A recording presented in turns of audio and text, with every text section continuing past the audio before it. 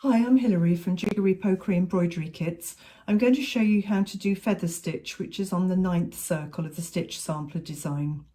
Feather stitch is formed by a series of V's, and you're just holding them in place by stitching through the bottom of one V and then moving on to the next one. I'll show you what I mean.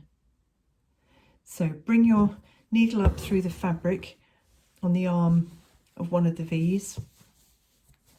Keep your thread out of the way, put the needle down into the other V.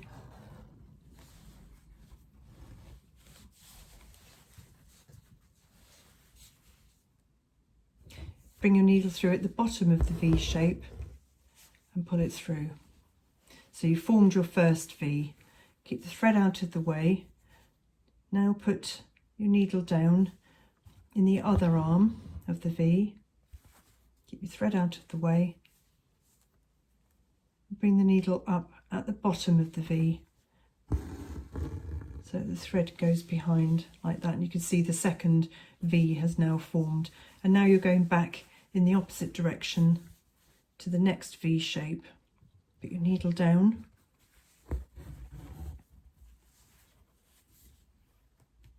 And then bring your needle up at the bottom of the V shape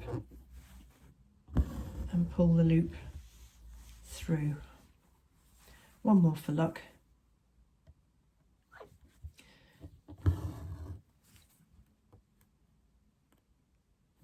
And then imagine this was your last piece of feather stitching. Just get your V in the right shape. To finish off, you just do a stitch over the top of the thread to hold that loop in place, so a little tiny stitch that just holds that V shape in place.